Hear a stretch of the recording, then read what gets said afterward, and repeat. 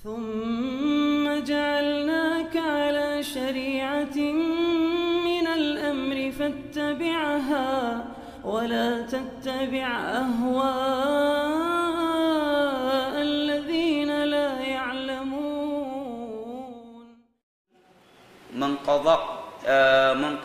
Membayar salat yang telah ditinggalkan. Apakah ada kewajiban mengqadha'nya ataukah tidak? Sebenarnya ini pembahasan ilmiah ya jamaah. Ya. Pembahasan ilmiah.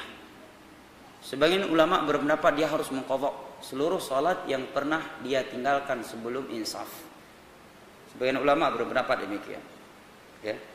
Namun wallahu a'lam bishawab, pendapat yang kuat dan ini dikuatkan oleh Imam Ibnu Qayyim dalam sebuah kitab yang beliau beri judul dengan As-Shalah. Ya. Juga dikeluarkan oleh Imam Ibnu Hazm bahwa tidak ada kewajiban mengqadha'nya karena beberapa alasan. Yang pertama perlu diketahui bahwa tidak ada kewajiban mengqadha' bukan berarti itu masalah sepele. Tapi karena besarnya masalah salat, dia tidak bisa mengqadha' lagi. Jelas ya? Bukan karena sepelenya masalah salat, tapi karena besarnya ini masalah yang dia lakukan ini, betapa besarnya dosanya, tidak bisa dia qadha' lagi. Kenapa tidak bisa mengqadha'nya? Dengan beberapa alasan. Yang pertama, tidak ada dalil dari Al-Quran dan hadis yang dapat dijadikan sebagai dalil yang tepat. Sebagian ulama mengambil beberapa dalil, di antaranya hadis riwayat Al-Imam Al-Bukhari dan Muslim dari Abu Sa'id Al-Khudri radhiyallahu anhu. Nabi menyatakan, "Man nama 'anis salati aw nasiha falyusalliha idza dzakaraha."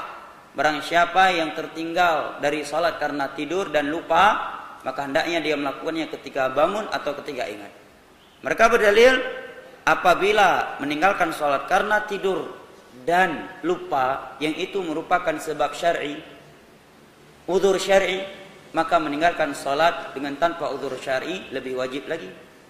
Itu sisi pendalilan. Jelas ya? Cuma dijawab oleh para ulama bahwa tidak bisa dikias. Kenapa tidak bisa dikias? Karena ilahnya berbeda. Karena kias itu kan ilhaqu hukmi far'in li aslin li illatin jami'atin bainahuma. Diterangkan oleh para ulama usulul fiqh. Memasukkan, menganalogikan hukum baru yang belum ada nas padanya kepada hukum lama yang telah ada nas padanya dikarenakan sifat yang sama. Ini beda sifatnya. Ini sengaja, sedangkan ini lupa dan tidur. Tidur dan lupa adalah udzur syar'i, sedangkan dia meninggalkan tadi bukan udzur syar'i, dua sifat yang berbeda, maka tidak bisa dikias. Ada pula yang mengkiaskan kepada puasa. Ya, ketika ada seorang sahabat menyampaikan bahwa bapaknya punya utang puasa, maka Nabi bertanya, bagaimana kalau bapakmu punya utang dengan manusia? Apakah kamu bayar? Dia menjawab, iya, maka utang Allah lebih harus dibayar. Hadis Bukhari Muslim. Maka dijawab oleh sebagian ulama bahwa tidak bisa dikias. Kenapa? Karena ini puasa sedangkan ini salat, dua ibadah yang berbeda. Di antara yang memahaminya ini beda adalah Aisyah radhiyallahu anha. Dalam riwayat Al-Imam Al-Bukhari dan Muslim, ada seorang wanita bertanya kepada Aisyah, "Ma balul haidhi taqdi shoma wa la taqdi shalah?"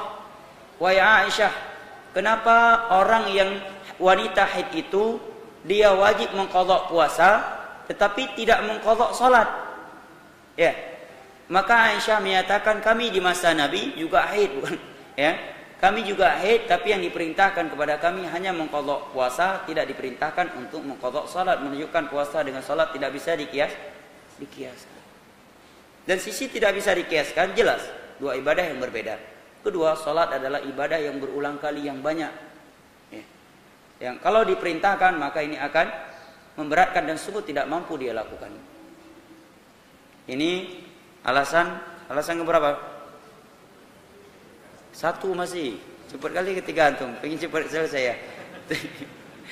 Alasan yang kedua, Allah telah menyebutkan ancaman yang amat keras dalam Al-Quran kepada orang-orang yang melakukan salat tetapi di luar waktunya, padahal masih di hari itu. Contohnya, Allah berfirman, "Fawailul lil musallin alladzina hum an salatihim sahun." Sahun di sini kata Abdullah bin Abbas, dia salat tapi di luar waktu. Setelah habis waktu subuh, masih di waktu itu, di hari itu. Setelah habis waktu asar, masih di hari itu. Allah sudah mengancam demikian. Apalagi dia melakukannya ya di luar waktu sudah 1 tahun, 2, 3 tahun. Kata Ibnu Hazm, Kemudian juga firman Allah, fa khalafa min ba'dihim khalfun adha'us salata wattaba'us syahawat fasawfa yalqauna ghayya. Maka akan datang setelah mereka sebagian manusia yang menyia-nyiakan salat dan mengikuti hawa nafsu, maka mereka itu pasti akan masuk ke dalam api neraka. Andai kata bisa mengqadha, maka Allah tidak menyatakan menyia-nyiakan salat buat orang yang mengakhirkan dari waktunya. Karena kalau toh nantinya bisa diqadha, berarti kan tidak diancam dengan ancaman yang demikian. Dan yang menyatakan tidak ada qadha, Ibnu Hazm menukilkan beberapa sahabat Nabi, antara yang Abu Bakar, Umar, Abdullah bin Mas'ud dan sahabat-sahabat yang lainnya. Sehingga jangan katakan, loh ini kan 4 mazhab menyatakan qadha. Syekhul Islam berarti mendahului, ya, datang setelah 4 mazhab. Sebelum Syekhul Islam, sebelum 4 mazhab, Ibnu Hazm menukilkan beberapa sahabat Nabi yang menyatakan tidak ada qadha. Jelas ya?